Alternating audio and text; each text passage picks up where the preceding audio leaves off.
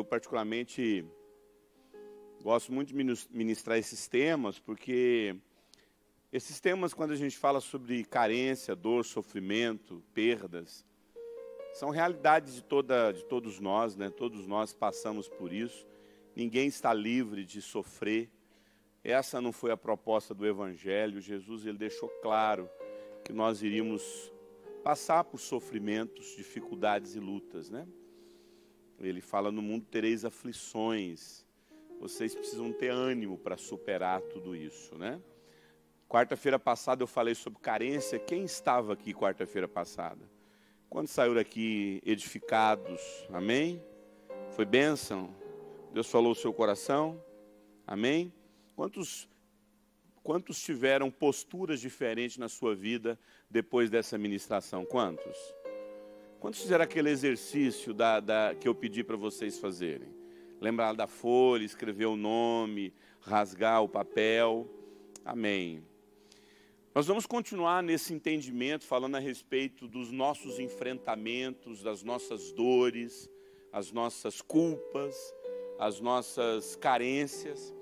E nós queremos, nessa noite, continuar refletindo a respeito de como lidar com certos sentimentos, com certas decepções, perdas e sofrimentos na vida. Hoje eu vou falar sobre dor e sofrimento.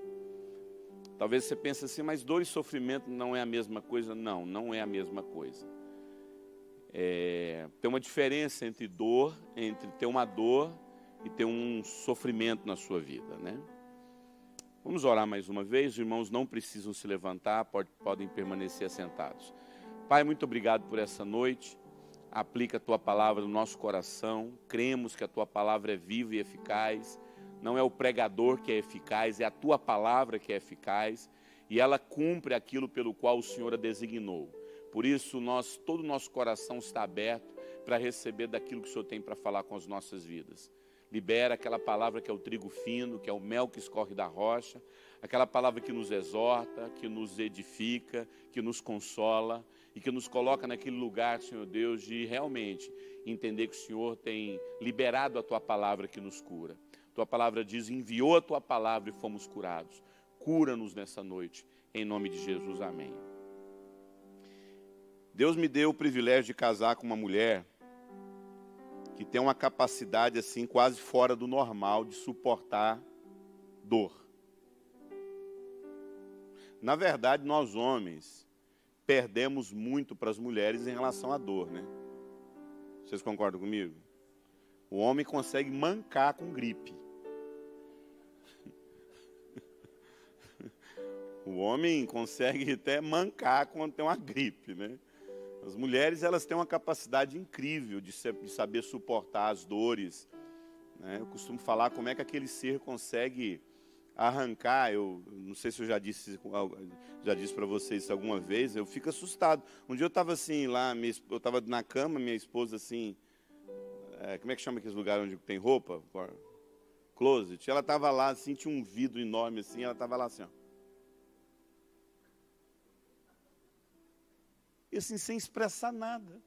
Eu falei: mas não, isso não dói? Eu falei: não dói. Mas como é que você não expressa nenhuma dor?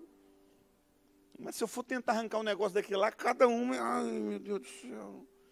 E nem precisa falar outras coisas que vocês superam de dores físicas, né?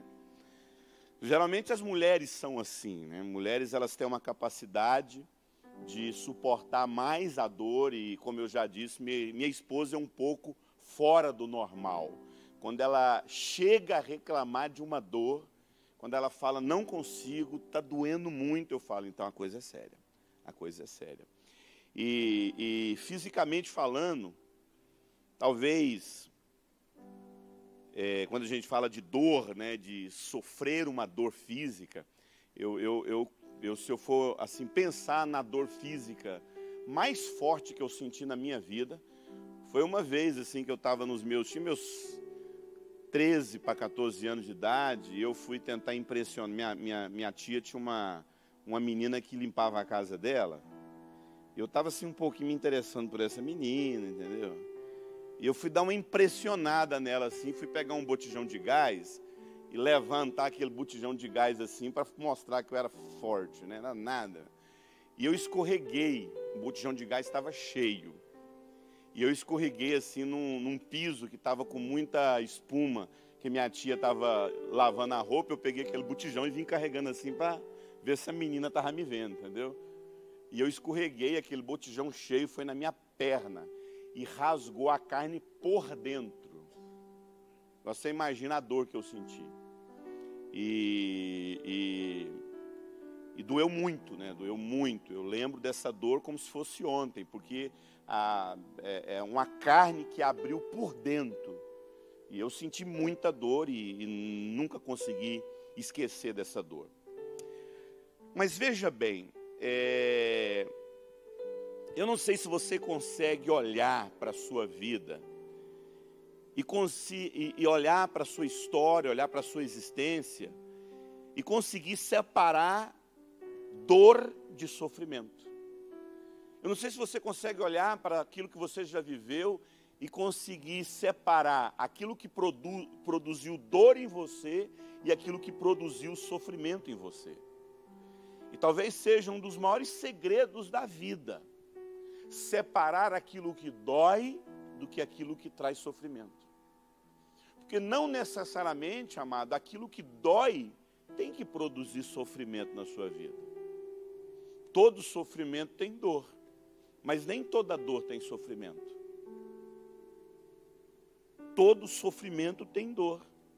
E muitas das vezes as dores se tornam piores, porque a gente acrescenta, agrega um peso de sofrimento que aquela dor não necessariamente necessitava. E muitas vezes a gente não sabe lidar com as nossas dores, porque a gente traz sobre as nossas dores um sofrimento desnecessário. Meu pai era assim. Meu pai tinha uma capacidade assim incrível também de não expressar sofrimento, mesmo diante de dores. E às vezes ele até tratava a gente de forma assim até meio ríspida, sabe? Para com isso, cara. Você está sofrendo. Para que esse sofrimento todo? Isso é só uma dor. E quando eu penso a respeito, quando eu penso no que, sobre essa questão do sofrimento, eu volto a dizer, nem toda dor precisa produzir sofrimento.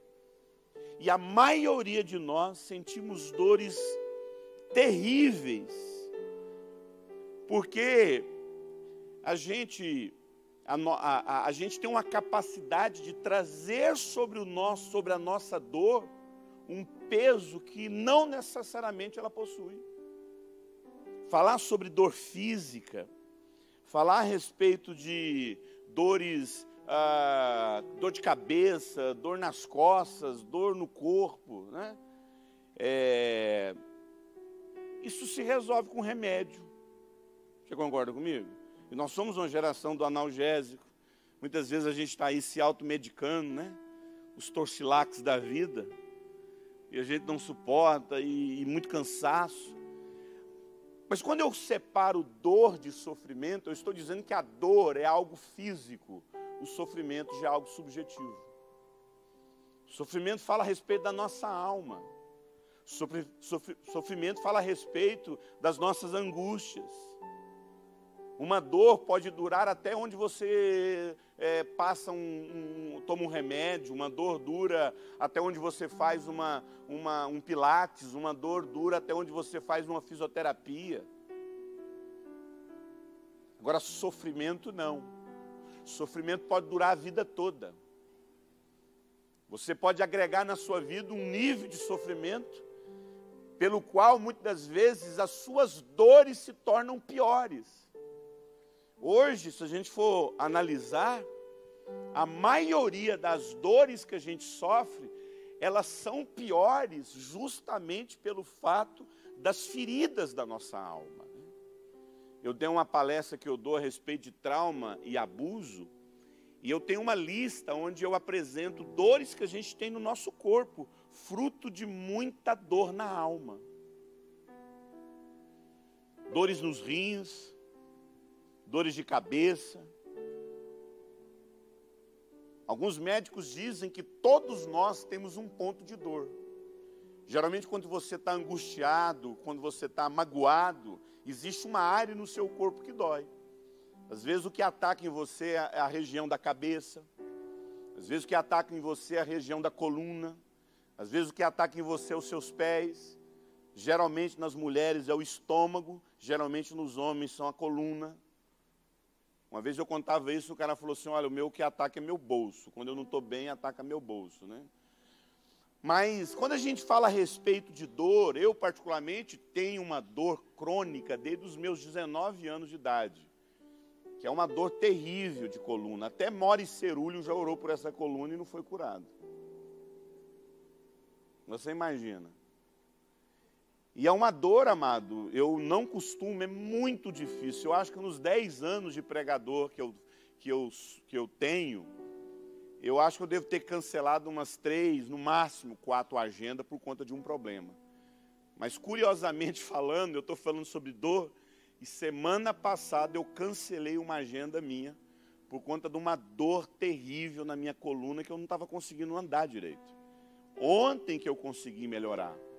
E eu estava preocupado porque amanhã eu estou pregando numa convenção de pastores em Brasília, e eu estava com medo de ter que cancelar de novo essa agenda, porque eu estava literalmente travado. Eu fui montar um vaso lá de planta, e eu ganhei de presente aqueles cactos, cara, esqueci o nome, uns cactos muito famosos. E eu fui plantar aquele cacto e fui pegar aquele vaso e deu aquela ferroada na minha coluna, eu não consegui voltar. Fiquei dias e dias travado. E dói muito. Mas escute, remédio cura isso. Fisioterapia cura isso. Você vai no médico, ele receita lá um medicamento, você toma lá um corticoide, aquilo vai aliviando sua dor e vai melhorando. Você toma um relaxante muscular. Mas sinceramente, escute, você sabe o que dói mesmo, que produz sofrimento? É ser traído. É ser abandonado. É ser rejeitado pela pessoa que você ama. Essa é a dor que não vai embora, meu irmão. Essa é a dor que produz sofrimento. A dor que não vai embora, amado, é a dor de saber que uma pessoa que você amou foi embora. Te deixou, te abandonou e até mesmo morreu. E justamente isso que dói. E talvez uma das maiores dores que o ser humano tem na vida, e eu queria falar principalmente dessa dor, mas para eu falar dessa dor, eu queria contar uma história para os irmãos. Tem uma outra história que eu vou contar, que vai assustar muito vocês. É uma história que você vai ter que quase orar na sua mente para conseguir esquecer a história. Porque a pior dor que o ser humano pode trazer na vida, que transforma sofrimento, não é apenas uma dor física, mas é uma dor da alma, é a dor da culpa. A culpa talvez seja o grande problema que a cruz de Cristo teve que resolver. A culpa do homem, pelos seus erros, pelos seus equívocos, pelas suas decisões erradas. A gente sente culpa, meu irmão. Quando um filho morre num acidente, não sei se você sabe, 80% dos casais se separam quando um filho morre num acidente de casa, dentro de casa. E eles se separam por culpa. Naquele filme Carandiru, tem uma cena lá que o cara está cortando o cabelo do outro lá e ele fala, se culpa tivesse remédio, a pessoa que inventou ia ser a pessoa mais rica do mundo. A gente sabe que culpa tem remédio. Mas eu queria contar uma história para vocês. Uma vez eu estava ministrando numa escola até muito famosa no Brasil, ali com o pessoal da MCM, do pastor José Rodrigues, né? E eu estava ministrando naquela escola e chegou uma senhorinha assim, bem idosinha. Ela chegou para mim e falou assim, uma senhora do cabelo branco, você percebia que ela era de origem polaca, né, do sul do Brasil. E ela chegou para mim e sentou assim comigo e E falou, posso conversar com o senhor? Eu falei, pode, minha irmã. Ela sentou, acredito que ela devia ter seus quase 80 anos de idade. Ela falou, eu estou nesse lugar aqui há um mês. E eu tenho uma culpa terrível, meu filho. Eu falei, o que foi, minha irmã? Ela falou assim, hoje eu tenho quase 80 anos de idade. Ela falou a idade dela, mas eu não me lembro bem. Só sei que tinha quase 80. Ela chegou para mim e falou assim, quando eu me lembro, desde quando eu me lembro, eu morava com meu pai. E o meu pai, ele perdeu a minha mãe faleceu muito jovem, ele ficou só comigo na casa dele. Eu tinha mais ou menos assim, primeiras lembranças que eu tenho na minha vida, eu tinha mais ou menos 4 anos de idade, e eu já lembrava que ele se deitava comigo. A gente morava num lugar muito remoto, muito isolado do Brasil, numa região rural, e desde os 4 anos eu lembro de eu ter relações sexuais com meu pai. E eu lembro que eu cresci com meu pai, ao ponto dele me apresentar como esposa dele. Meu pai me apresentava como esposa dele. Eu vivi dos 4 anos que eu me lembro, porque minha mãe morreu no parto, então ele já cuidava de mim desde bebê. Desde quando eu me lembro, dos 4 anos, até os 19 anos, o meu pai me estuprava quase todos os dias. Um dia eu conheci um homem que ele trabalhava lá na fazenda do meu pai, e ele me vendo, esse homem descobriu que eu era filho do meu pai, e meu pai sempre me espancava. Meu pai tinha uma coisa que ele falava, todos os dias eu preciso te bater para você ter medo de fugir daqui, porque se você fugir eu te mato. Para você não contar para ninguém, você é minha esposa, você não é minha filha. E ela começou a me contar, essa mulher chorava tanto, e ela chorava tanto, e ela pegou e falou assim, e um homem que cuidava lá da fazenda pegou e fugiu comigo. E ele me levou para um outro lugar, e eu lembro quando eu cheguei, imediatamente eu já estava já mocinha, ele pegou uma corrente, amarrou na minha perna, e eu fiquei 5 anos preso àquela corrente. Eu não tinha para onde ir, eu tinha aquela corrente ia para a cozinha, aquela corrente ia para colocar roupa no varal, aquela corrente ia, sabe, em vários cômodos da casa. E eu também vivi isolada, e eu fiquei mais por anos naquele lugar. E eu lembro quando eu cheguei por volta dos meus 20 e poucos anos, 26 anos, eu consegui fazer com que aquele homem ficasse desacordado. Não sei se ela, até porque faz tempo que eu ouvi isso, mas ela fez alguma coisa que deixou ele desmaiado, talvez uma cacetada, algo que fez ele desmaiar, uma pancada na cabeça dele, e ela conseguiu achar algo que cortasse aquela corrente, e ela saiu correndo, passou um caminhoneiro, ela deu mão para esse caminhoneiro, e esse caminhoneiro levou ela para uma cidade bem longe, e obviamente ela teve que acabar se prostituindo com esse caminhoneiro, e para ir mais longe com outro caminhoneiro, e para ir mais longe com outro caminhoneiro, e para ir mais longe com outro caminhoneiro. Por fim, ela já estava virando garota de programa em posto de gasolina. Ela falou que quase lá para os seus 27 anos, 28 anos, prostituindo em posto de gasolina, ela chegou num lugar, uma mulher falou que queria cuidar dela. Mais uma vez, ela achou agora uma mulher que ia transformar-se literalmente numa escrava sexual de muitos homens. Ela falou, pastor, eu fiquei naquele lugar até os meus quase 40 anos, apanhando todos os dias de homem.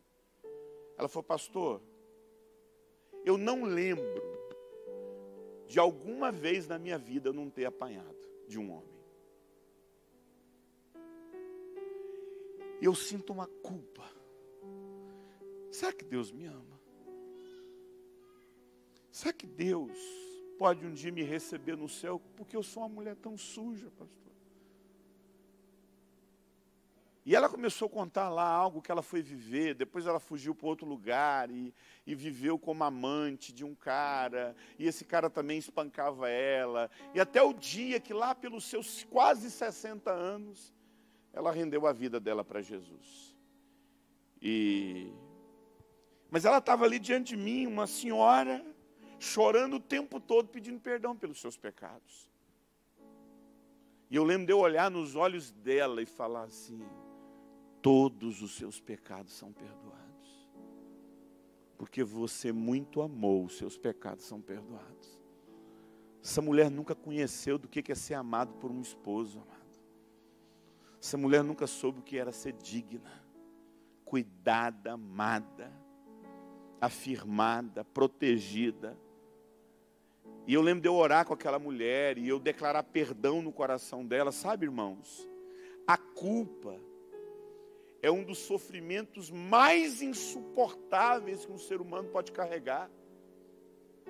Como eu disse para você, a gente carrega culpa porque não cuidou de alguém, a gente carrega culpa porque o filho foi para um lugar e você não ficou atento, de repente aconteceu um acidente.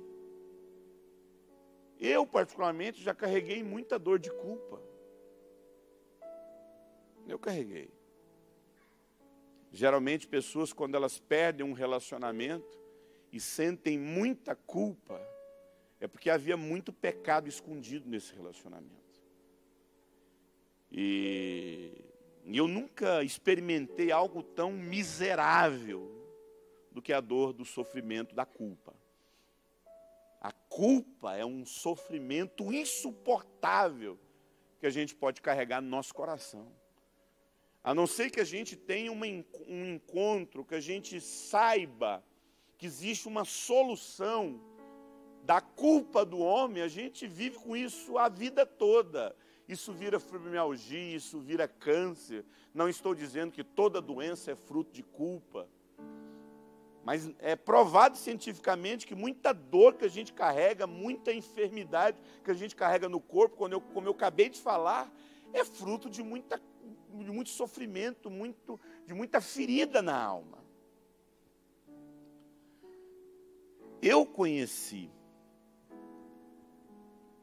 a história, eu presenciei a história de uma mulher que particularmente foi a pior culpa que eu já vi na minha vida. Essa mulher não conversava com ninguém, essa mulher era isolada, ela chorava, porque eu faço parte de uma base, amado, onde a gente vive, lida com essas questões de culpa e sofrimento o tempo todo. E eu lembro que eu conheci uma mulher, a história de uma mulher, onde ela tinha uma culpa, ela carregava um sofrimento na alma dela, que aquilo deformava ela fisicamente, você percebia que ela não se cuidava, aquilo quase transformava ela, mesmo que ela estivesse num ambiente higiênico, um ambiente que não fosse insalubre, um ambiente gostoso, mas se olhava para ela assim, parecia que ela estava suja o tempo todo. Parecia que ela estava fedendo o tempo todo, havia algo errado nessa mulher. Ela não conversava, ela não falava.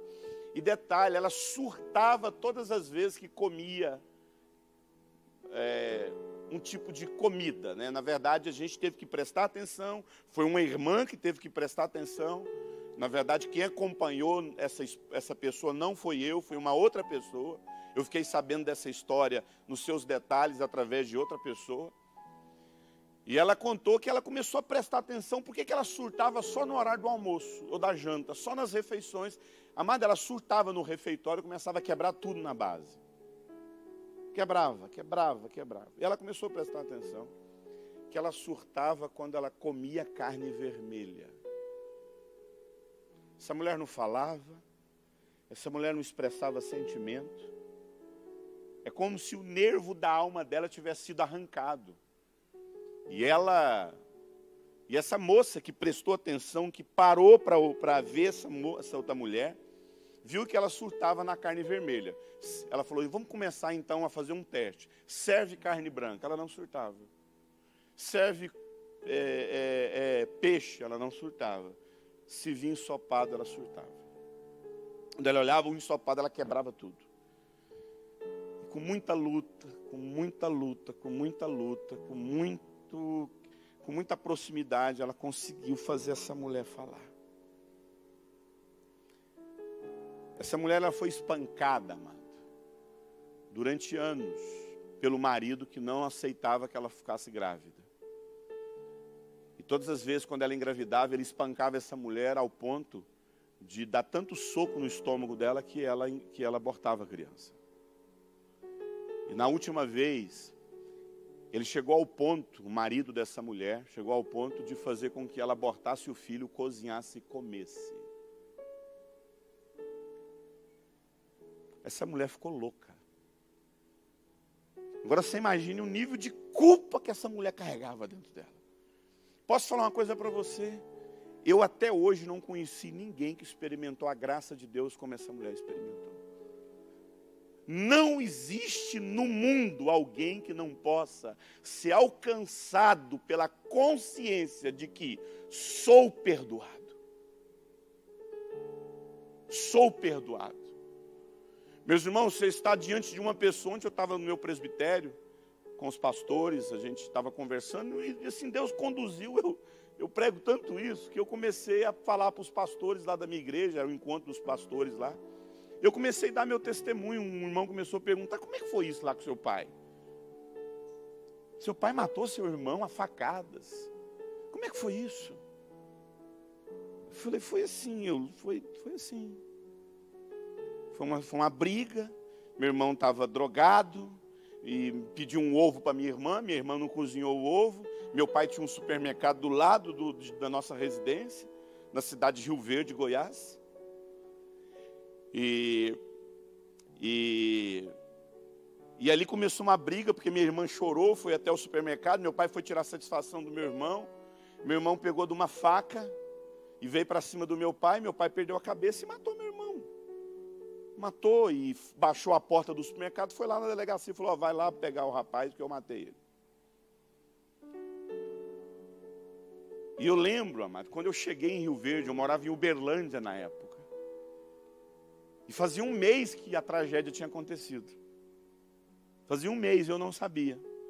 Porque eu estava numa viagem missionária, eu estava num campo missionário, e eu não sabia do que estava acontecendo. Mas quando eu cheguei em casa, não tinha celular, não tinha internet, não existia nada disso, né? Eu liguei, meu irmão atendeu, falou: seu pai matou nosso irmão. Ele nem chamou o nosso pai. Ele falou: como? Eu falei: ele matou o nosso irmão. A 32 facadas, ao ponto de arrancar a cabeça dele. O nível da loucura que foi. Eu falei que ia ser terrível ouvir isso, mas eu preciso trazer você a pior condição do ser humano que pode encontrar a graça do perdão e ser livre da culpa. Querido, eu vi meu pai chorar 1 ano sem parar dentro de um presídio. Culpa, culpa, culpa, culpa. Eu lembro que um dos primeiros livros que eu levei para meu pai foi o Drama de Absalão, a história do Davi com o seu filho Absalão. Eu lembro que eu colocava o banquinho assim do lado da cela do meu pai, e ali eu ficava horas e horas e horas conversando com ele. Vi meu pai chorar, chorar, chorar, chorar, até o dia que ele teve um encontro real com Cristo. E eu estava conversando com os pastores da minha igreja, eu falei assim: não foi eu. Nenhum ser humano é capaz de perdoar alguém, amado. Porque a gente não é capaz de perdoar nem nós mesmos, amado.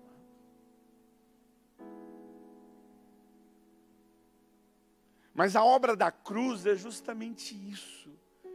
Derrubar todos os muros de inimizade, destruir os abismos que nos separam. Aí alguém lá no presbitério ontem à noite perguntou assim: mas como é que você sente? O que você sentia pelo seu pai? Eu falei: querido, não, na verdade não foi isso. Alguém chegou para mim e falou assim: uma vez eu vi numa pregação sua que o seu grande amor é seu pai. Porque eu falo, amado, meu grande amor não são meus filhos, meu grande amor não é nem minha esposa. Eu amo a minha esposa de todo o meu coração, eu amo meus filhos, mas o meu grande amor é meu pai.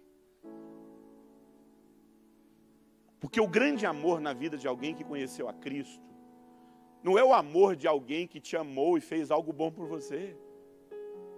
Pensa na pessoa que mais te magoou. Pensa na pessoa que mais te decepcionou. Pensa na pessoa que mais te traiu. Está aí seu grande amor. Está aí seu grande amor. Eu sou o grande amor de Cristo. A humanidade é o grande amor de Cristo.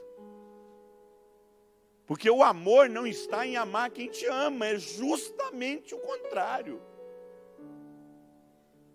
Amor, amado, é justamente poder alcançar a culpa do homem.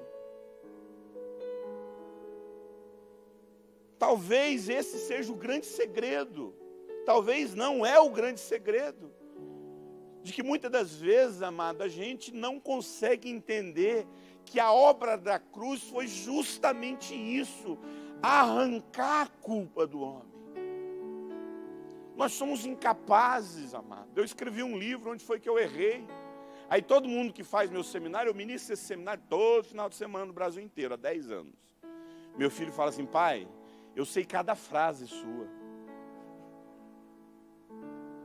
O senhor não cansa de falar a mesma coisa? Não, não canso. Não canso. Eu sei que Deus colocou essa palavra no meu entendimento. E eu prego essa mensagem, e todo mundo fica esperando no final da mensagem qual é a resposta para os nossos erros. Sabe onde foi que a gente errou, amado? Em tudo. Amado, a gente erra em tudo. A gente erra na maneira como a gente ama as nossas esposas. A gente erra na maneira como a gente ama os nossos filhos, os maridos. Todos nós erramos. Você talvez não venha cometer os erros que os seus pais cometeram com você, que isso é uma raridade.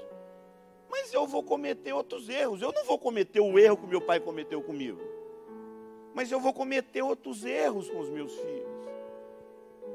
E eu preciso a cada dia agregar em mim uma consciência de que a obra da cruz é justamente isso, arrancar a culpa do homem. Enquanto existir culpa em você, você não entendeu a obra da cruz. Eu lembro que quando meu pai matou meu irmão, eu lembro que eu morava numa república, lá na cidade de Uberlândia, e eu lembro que eu descia assim, eu estava assim, em estado de choque. Eu desci uma ladeira indo para a rua, e eu lembro que eu sentei assim, comecei a chorar convulsivamente, e subiu um ódio dentro de mim assim, que eu, sinceramente, eu nunca senti tanta escuridão na minha alma como eu senti nesse dia. Uma escuridão assim de desejar maquinar a morte do meu pai. Não, mas eu tenho um irmão que demorou 15 anos para conversar com meu pai.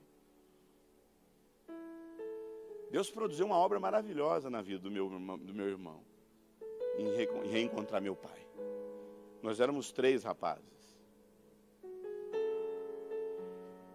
E eu lembro que eu descia aquela ladeira assim, eu lembro que eu chorava, e de repente subiu uma escuridão na minha alma, assim, que quase tomou meu ser para odiar meu pai com todas as forças. E quando aquilo foi subindo dentro de mim, amado, eu abri meus olhos, eu não fechei. Eu abri meus olhos, eu vi 3 cruzes na minha frente. E havia no meio daquela cruz Jesus Cristo, e havia 2 ladrões, um à sua direita e outro na sua esquerda. E eu lembro que eu olhei de novo, e quando eu olhei, havia 32 facadas no corpo de Cristo. E o pescoço dele estava cortado. Exatamente a morte do meu irmão. Você sabe o que eu ouvi? Querido, eu ouvi uma voz falando comigo. Se você não perdoar o seu pai, você está dizendo que eu não morri por ele na cruz. Quando nós não perdoamos alguém, quando nós não perdoamos a nós mesmos, nós estamos dizendo que o sacrifício de Cristo foi inútil. Porque a obra de Cristo é tirar a culpa do pecado do homem. Creiam nessa mensagem. Todos os pecados foram perdoados. Toda culpa foi perdoada. E eu preciso crer na obra. Aí você me pergunta, tá bom.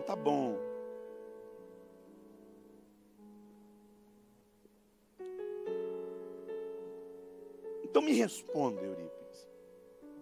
O que é que faz então com os meus sofrimentos, das dores? Por que eu não consigo me apropriar disso? Por que eu não consigo ficar livre dessa culpa que produz sofrimento? E as dores que eu sinto não são nada diante desse sofrimento que eu tenho dentro de mim. O sofrimento de ter traído essa mulher. Tem gente aqui, amado, que traiu a esposa. E carrega dentro de si uma culpa terrível. Onde eu estava com a cabeça que eu fiz isso? Tem mulheres aqui que se sentem culpadas, porque não tem tempo para cuidar dos seus filhos, não tem tempo para visitar seus parentes. Tem gente aqui que tem culpa por roubos. Tem gente aqui que tem culpa por assassinato. Eu acho que uma das coisas mais difíceis na vida de um pastor é quando ele está diante de alguém que carrega diante dele a culpa por um assassinato. Uma vez eu aconselhei um rapaz que ele matou o próprio irmão. E estava fugindo do mundo. E era fugitivo pelo mundo. Uma vez eu conversei com uma pessoa que ele era assaltante em Brasília. E ele foi pegar uma bolsa de uma pessoa. E a pessoa não entregava a bolsa. E de repente a pessoa puxou a bolsa. E ele estava assaltando a pessoa saiu correndo e ele atirou nas costas da pessoa. Pegou a bolsa e foi embora. Esse rapaz se converte genuinamente ao Senhor Jesus, vai para uma casa de recuperação se livrar das drogas, se torna um obreiro, se torna um missionário, e quando ele é restaurado, ele vai trabalhar numa papelaria, e o dono da papelaria é um cara paralítico, só que ele não consegue fazer uma ligação com a outra, porque afinal de contas se passaram mais de 15 anos, quando ele se encontrou com esse homem, dono da papelaria. E ele pregou para esse cara, evangelizou o dono da papelaria converteu. No dia do batismo dele, ele foi o cara que batizou o dono da papelaria. E ele me contando assim, que teve um dia que ele conversou, como é que ele ficou aleijado. Ele contou, não, foi um assalto, uma vez na rodoviária de Brasília. Ele lembrou da cena. Amado, ele sentiu tanta culpa, que ele pediu conta, nunca mais voltou lá. A culpa, amado, é um dos maiores venenos na nossa vida. Você sabe por que nós somos a pior geração de pais que existe na Terra? Porque nós adicionamos na criação dos nossos filhos os dois piores elementos, que é a culpa e a compensação. Nós somos uma geração que a gente não tem tempo para cuidar dos nossos filhos, está todo mundo fora de casa, e para tentar amenizar a culpa, a gente compensa os nossos filhos, dando tudo que eles querem. Aí você pode perguntar assim, tá, você está falando de pecado, você contou histórias tristes, mas tá, e eu? O que eu faço com os meus sofrimentos? O que eu faço com a minha culpa?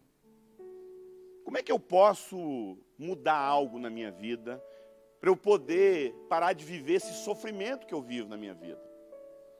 Sabe, meus irmãos, tem alguns motivos que produzem mais sofrimento na nossa vida, que agrega mais sofrimento, muito mais do que uma dor, aquilo está na sua alma, aquilo não larga você. Existe uma coisa, na verdade tem várias coisas que a gente poderia falar, mas o tempo não nos permite.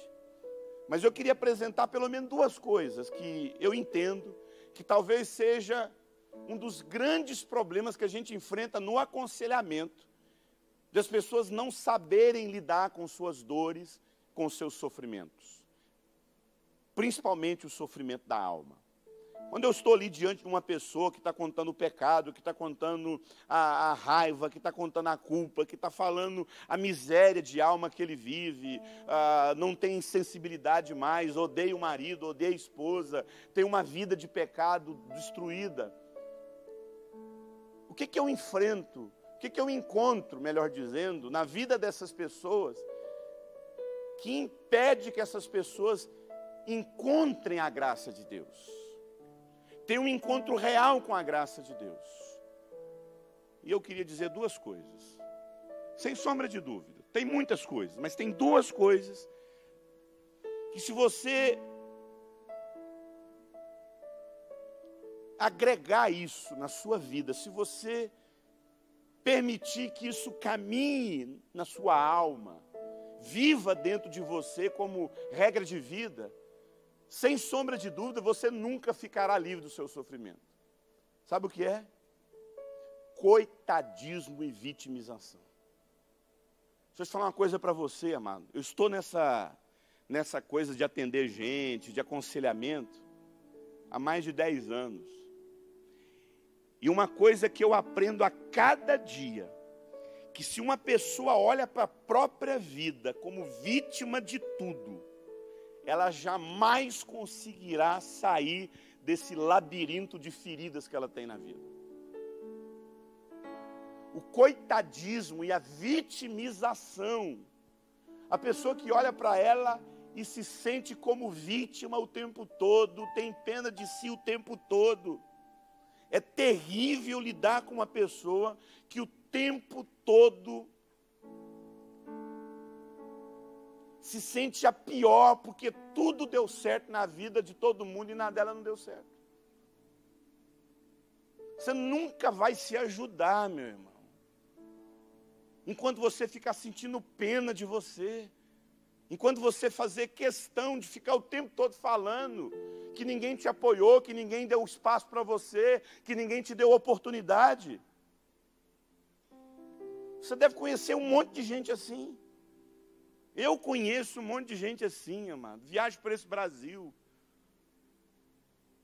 E eu já sei quantas cenas. Está lá a mulher, foi abandonada pelo marido, está lá com seus 50 anos, obesa, come o dia inteiro. Aí pega a filha com seus 25 anos. E fala, você não pode largar, você não pode me deixar, porque seu pai me largou, seu pai me abandonou, seu pai me traiu, você nunca pode me deixar. E fica essas duas parasitando dentro de casa. No final, são duas doentes se odiando. A vida vai passar, essa menina não vai casar, porque ela tem que ficar ali parasitando, orbitando em volta das doenças da mãe. A mãe não faz nada por ela. Mas eu não estou falando de alguém que teve um sério problema de Alzheimer, alguém que teve um AVC e está impossibilitado numa cama e tem que ter um filho para tomar conta. Não, amado. É gente que não consegue sair desse mundo de vítima. Foi traída, recomece a vida, minha irmã. Foi traído, recomece a vida, meu irmão. Para de acreditar que as pessoas têm que ficar cuidando de você. Só o fato de você estar aqui me ouvindo, tendo consciência do que eu estou falando, você não é doido. Se você fosse maluco, você não estaria nem entendendo. Quem está me entendendo aqui? Então ninguém é maluco aqui. Se ninguém é maluco, você pode fazer algo por você. Uma vez eu cheguei de mudança num lugar lá em Curitiba. Tinha acabado de mudar para uma casa. Aí chegou uma senhora no terceiro dia, bateu no portão e falou, o senhor acabou de mudar para cá, né? O senhor é pastor? Eu falei, sou. Posso falar com o senhor? Eu falei, claro, minha irmã. Ela entrou para dentro. Falou, pastor, eu queria contar uma coisa para o senhor. Pensa numa mulher desprezada. Ninguém me dá valor aqui nessa casa, eu moro aqui do lado. Na casa do meu genro, na casa do meu filho com a minha nora. Só que eles não dão valor em mim, pastor. Porque eles vão trabalhar e eu fico com os 2 filhos dele cuidando. Pastor, mas pensa numa mulher rejeitada. Pastor, eles me tratam igual lixo. Aí falou do ódio que ela tem pela nora, da decepção que ela tem pelo filho. Eu falei, minha irmã, posso falar uma coisa para a senhora? A senhora é o quê? Ah, eu sou católica. Ah, então deixa eu falar uma coisa para a senhora, minha irmã. Lá na igreja da senhora deve ter um baile. Não tem um baile lá? Falei, tem. Falei, então vai dançar um forró, minha irmã. Conhece um velho. Vai cuidar da senhora. E seu filho não tem coragem de mandar a senhora embora, a senhora tem capacidade. Você sabe por que está todo mundo tratando a senhora assim? Porque ninguém te suporta. Só que ninguém tem coragem de falar isso que eu estou te falando aqui. Vai cuidar da sua vida, a senhora tem saúde, a senhora é uma senhora bonita. A senhora tem condições de olhar para a sua vida e falar assim, eu vou pensar em mim. Posso falar uma coisa para você, amado? A Bíblia fala que ninguém tem condições de amar ninguém se não ama a si mesmo. E aqui o amor aqui não é o amor de uma pessoa que se idolatra. Não é isso, é amar você. É preocupar com sua saúde. É preocupar com o seu bem-estar. É fazer caminhada. É participar de chás de solteiro. Vai viver a vida, minha irmã. Para de ficar nessa condição de vítima. Vai viver a vida que Deus tem para você. É promessa de Deus que você vai comer o melhor dessa terra. Mas você fica ali parasitando em gente que não tem coragem de dizer para você cuidar de você. Vitimização é a pior ferida, não é ferida, é o principal bloqueio nas pessoas que não sabem ficar livre do seu sofrimento. Pena de si mesmo. Mas nem Deus tem pena de você, sabia? Mas que Deus tem misericórdia de sua vida, pena não tem. Pena a gente sente por um mendigo que está lá na rua, você sente pena dele, não sente? Mas você vai pegar essa pessoa e mudar a história dela, levar para sua casa, dar banho nessa pessoa, dar um emprego para essa pessoa. Você vai fazer isso? Não, você sente pena dessa pessoa. Misericórdia é quando eu coloco meu coração naquela pessoa e tenho a disposição de ajudá-la. Deus tem misericórdia, Deus não tem pena da gente. Quando eu falo isso, eu lembro de uma história que eu vivi, quando eu estava começando o meu processo de transformação, que uma das primeiras coisas que Deus curou em mim foi a ideia de eu sair do meu mundo de coitadismo. Volto a repetir. Você nunca vai saber, você nunca vai ficar livre do sofrimento da sua alma, das misérias que estão na sua vida, se você não desistir dessa ideia que as pessoas têm que ouvir o tempo todo que ninguém faz nada por você. Meu irmão, quem tem que fazer algo por você é você mesmo. Não existe no mundo alguém, além de Deus, que possa fazer algo por você que não seja você. É você, meu irmão. Você que tem que dar um primeiro passo em sair desse mundo de vitimismo. Eu sempre conto a história de um pastor, quando eu estava vivendo um processo de restauração. Não sei se eu já contei essa história aqui para vocês. O pastor foi contar uma história para mim lá, que estava acabando de vir de uma situação muito difícil, aonde ele teve que literalmente levar uma família para amputar a perna do filho. Deu uma trombose lá no pé do rapaz e tinha que amputar do joelho para baixo, e a família chorando, a família chorando, a família chorando, a família chorando. E o médico falava: queridos, hoje nós temos recursos que podem fazer esse menino ter uma vida saudável, sem nenhum problema. Se ele ficar com esse pé aí, ele vai morrer, isso vai entrar na corrente sanguínea dele, vai matá-lo. Vamos arrancar essa perna. Porque o mais importante é a vida dele, o mais importante é a vida dele. Querido, quando foi fazer o exame, o negócio tinha subido para a perna, tinha que arrancar a perna dele, não era mais abaixo do joelho. Aí que a família desesperou mesmo. Falei, meus queridos, o povo desesperado, não, gente, vamos amputar essa perna logo. Amado, sabe o que Deus falou comigo? Eurípides, eu não tenho dó de você. Como esse médico, o que tiver de arrancar da sua vida, eu vou arrancar para te salvar. Amado, nem Deus tem dó de você. E muitas vezes a gente fica aí nesse mundinho, não, Deus, não posso ficar sem isso, não posso ficar sem isso. Deus quer literalmente tratar você em situações para tirar você desse mundo de coitadismo e vitimização.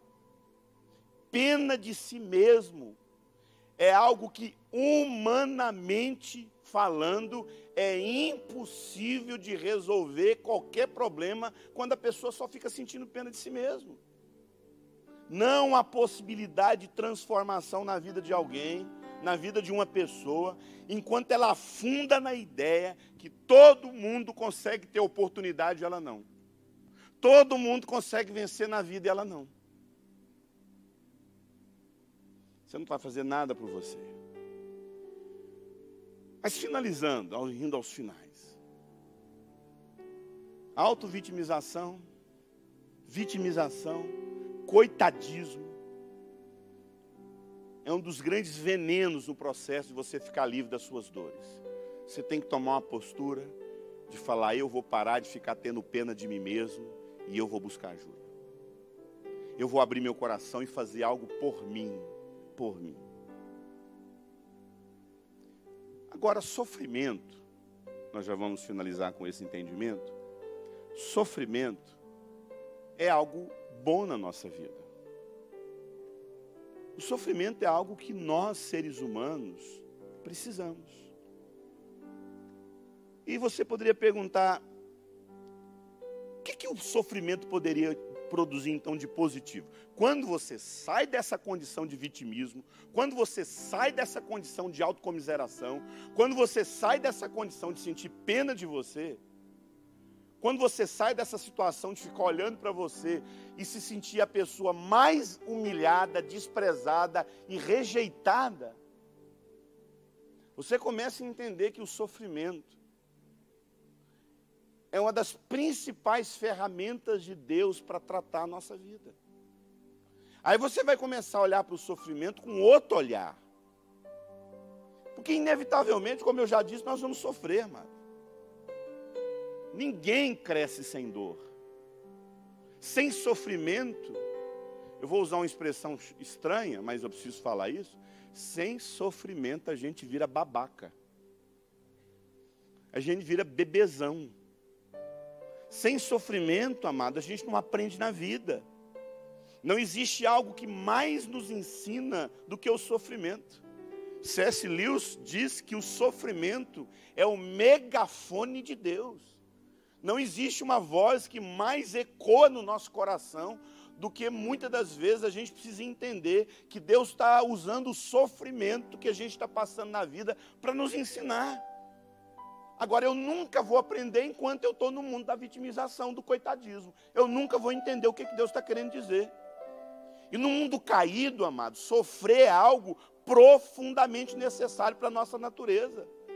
Hebreus 5:8 diz que Jesus aprendeu, é um versículo difícil de entender. Jesus aprendeu a obediência por aquilo que ele sofreu. Sofrimento produz obediência. Sofrimento produz transformação de caráter. O Tiago diz que o sofrimento aperfeiçoa o nosso caráter. O Hebreus diz que o sofrimento nos ensina a ter uma vida de obediência. Não sei se você já viu, claro que você já viu, o casulo, né? O casulo é aquele lugar onde a borboleta, onde a lagarta está virando o quê? Uma borboleta. E o nome que a gente dá para o casulo, que na verdade tem um outro nome científico, é a crisálida. Que de onde vem a palavra? Crise.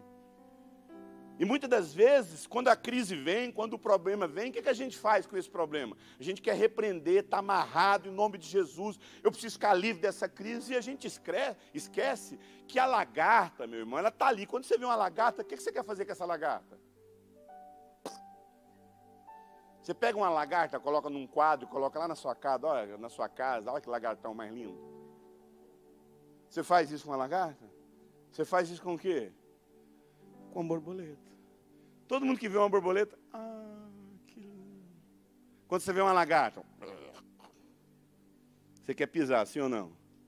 Mas chega um momento, amado, que a lagarta, escute, vai para um lugar isolado, sozinho, onde todo mundo que olha para aquela lagarta, para aquela crisálida, acha que aquilo lá não vai produzir nada, porque está deformado. Não parece com nada. Parece com borboleta? Parece com lagarta? É aquele momento onde as pessoas olham para a nossa vida e falam assim, gente, o que esse cara está virando? Que sofrimento é esse? Mas dentro de você, você sabe que Deus está trabalhando seu caráter. Você está aprendendo coisas no seu sofrimento. Não peça para ficar livre do sofrimento. Peça para aprender com esse sofrimento. O sofrimento é um megafone de Deus para nos ensinar a respeito de muitas coisas.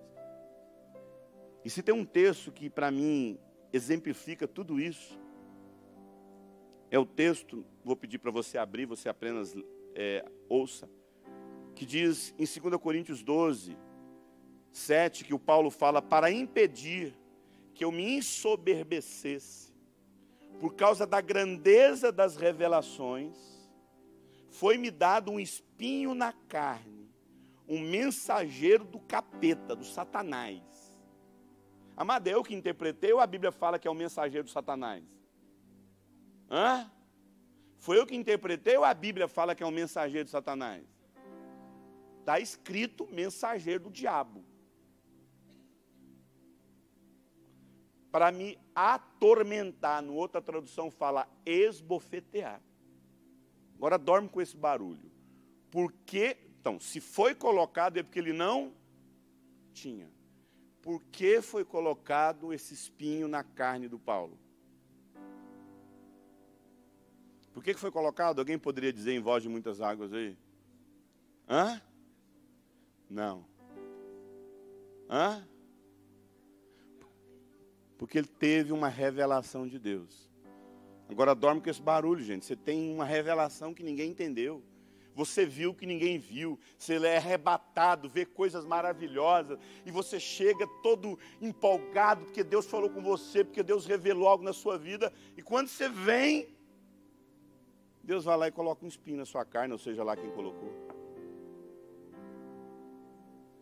E para quê? O Paulo fala, para que eu não me ensoberbecesse com a grandeza das revelações.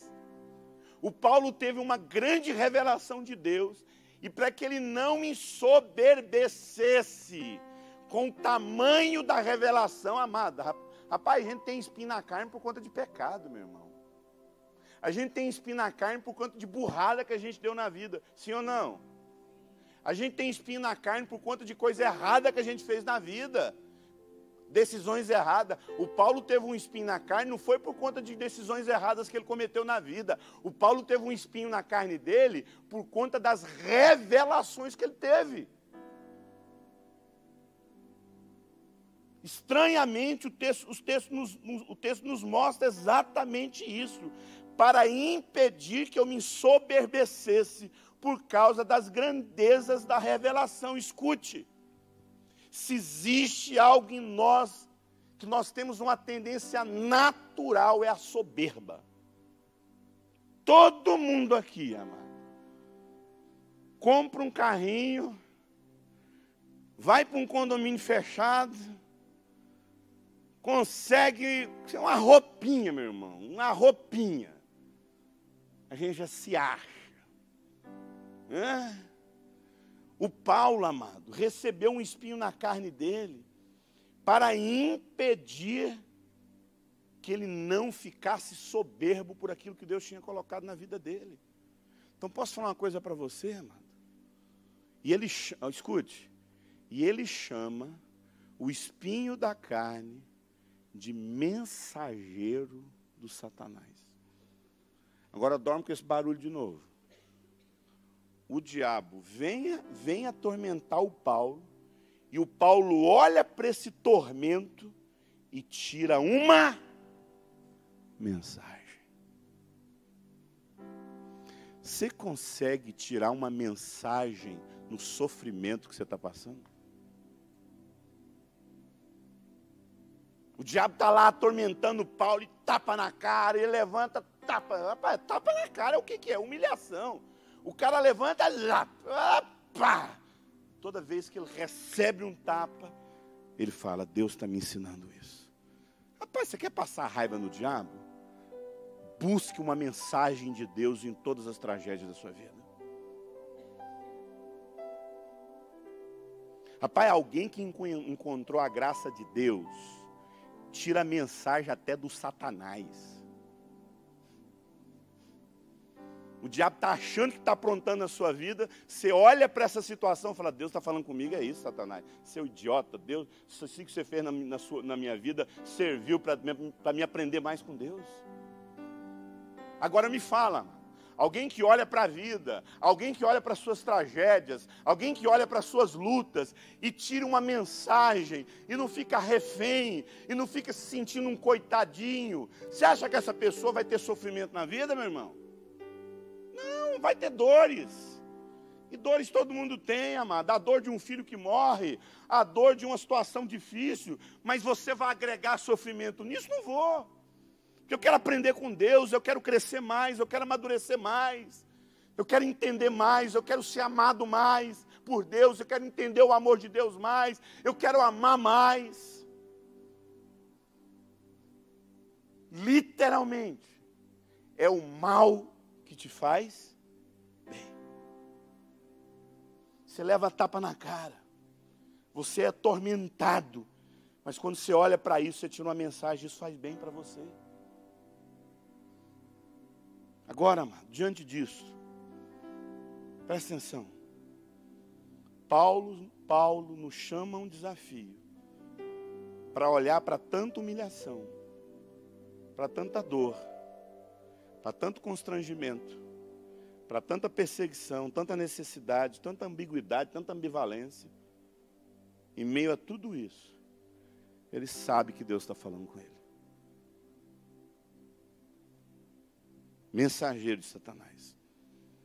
Você consegue, escute, você consegue aprender com os sofrimentos, com as dores, com os espinhos que você adquiriu na sua vida? Ou você fica como vítima o tempo todo? Quem já sofreu dores na vida? Sofrimentos? Levante a mão. Agora me responda. Quem aqui aprendeu com Deus, tirou uma mensagem para a sua vida nesse sofrimento? Amado, isso é maturidade. Isso não é ser vítima da vida. Você quer aprender a lidar com o sofrimento? Saia da vitimização. Pare de ter pena de você. Pare de ficar contando para as pessoas que você é o coitadinho, que ninguém te ama, ninguém te ajuda. Pare com isso. Tire uma mensagem disso. Amém, amado? O Paulo, querido, recebeu uma revelação. Ele não fez nada de errado. E Deus, sabendo que aquilo poderia ensoberbecer ele viveu o que ele viveu. Mas ele falou, sabe de uma coisa? Eu vou tirar uma mensagem disso. Eu vou tirar uma palavra disso. Eu vou ouvir algo de Deus nisso. Você quer ouvir algo de Deus na sua vida? Então, vou falar uma coisa para você. Às vezes a gente fica achando que a gente vai tirar algo de Deus só nas nossas alegrias. Eu já vou finalizar, deixa eu contar só uma coisa para vocês. A gente é goiano. E qual é a nossa vegetação? Qual é a nossa vegetação? O cerrado. E agora a gente teve um problema sério, né? Que época de seca vira o quê, amado? Vira o quê? Um tormento. Sim ou não? E queima tudo, e aquele cerrado pegando fogo, e aquela trabalheira, e todo mundo em crise. Você sabe qual é o único que não está em crise nessas queimadas? Quem sabe? O cerrado. O cerrado não está em crise não, gente. O cerrado está feliz da vida. Quem está em crise é a gente, mano. É o Ibama. É o Ibama que cuida do cerrado, né? Todo mundo está em menos o cerrado. Sabe por quê? Olha aqui para mim. Porque escute. Uma árvore do cerrado, ela tem uma casca dessa grossura assim. Sim ou não? A gente sabe muito bem disso. Você já viu quando você viaja, quando tem aquelas queimadas, queima tudo. O que não queima? O que não queima, gente? As árvores do cerrado. Não queima. Porque ela tem uma resistência e uma capacidade de suportar aquela queimada. Agora, por que tem aquela queimada no cerrado? Eu vou explicar por quê. Porque aquilo é um recurso que o cerrado tem para ficar livre de plantas que não pertencem ao cerrado. Porque um caminhão vai passando na rua e ele traz uma erva daninha lá do Paraná, lá do Acre. Aí aquele caminhão passa lá e no pneu, na própria estrutura do caminhão, na carroceria, cai uma semente. Só que aquela planta ali, ela pode danificar e afetar o cerrado. Só que aquela planta que foi lançada ali, ela não foi feita para suportar fogo. Quando o fogo vem, vai arrancar tudo que não pertence ao... Tudo que não pertence ao cerrado vai... humanamente falando, isso é um sofrimento que o cerrado está ali vivendo. Queimadas, fogo, mas aquilo que está acontecendo ali é para queimar aquilo que não. Você poderia repetir comigo assim a palavra pertencer? Presta atenção, amado. Às vezes você fica em crise com as coisas que Deus está arrancando da sua vida. Às vezes você fica em crise com aquilo que Deus está queimando na sua vida. Preocupa não, meu irmão. Deus está queimando tudo aquilo que não pertence à sua vida. Porque Deus te ama. Ele não tem dó de você. Olha para o seu irmão e fala assim, Deus não tem dó de você não, rapaz. Vai queimar mesmo. Você vai sentir dor. Fala para ele, você vai sentir dor. Olha para o seu irmão e fala assim, você vai sentir dor. Mas só tem uma coisa. Só você escolhe sofrer. Amém, amado? Se você se manter como vítima na vida, você vai sofrer aquilo que Deus quer queimar na sua vida. Deus quer tirar na sua vida. Mas se você aprende com Deus, você fala, Deus, tudo que está acontecendo na minha vida, coopera, porque eu amo o Senhor. Vamos levantar e vamos orar.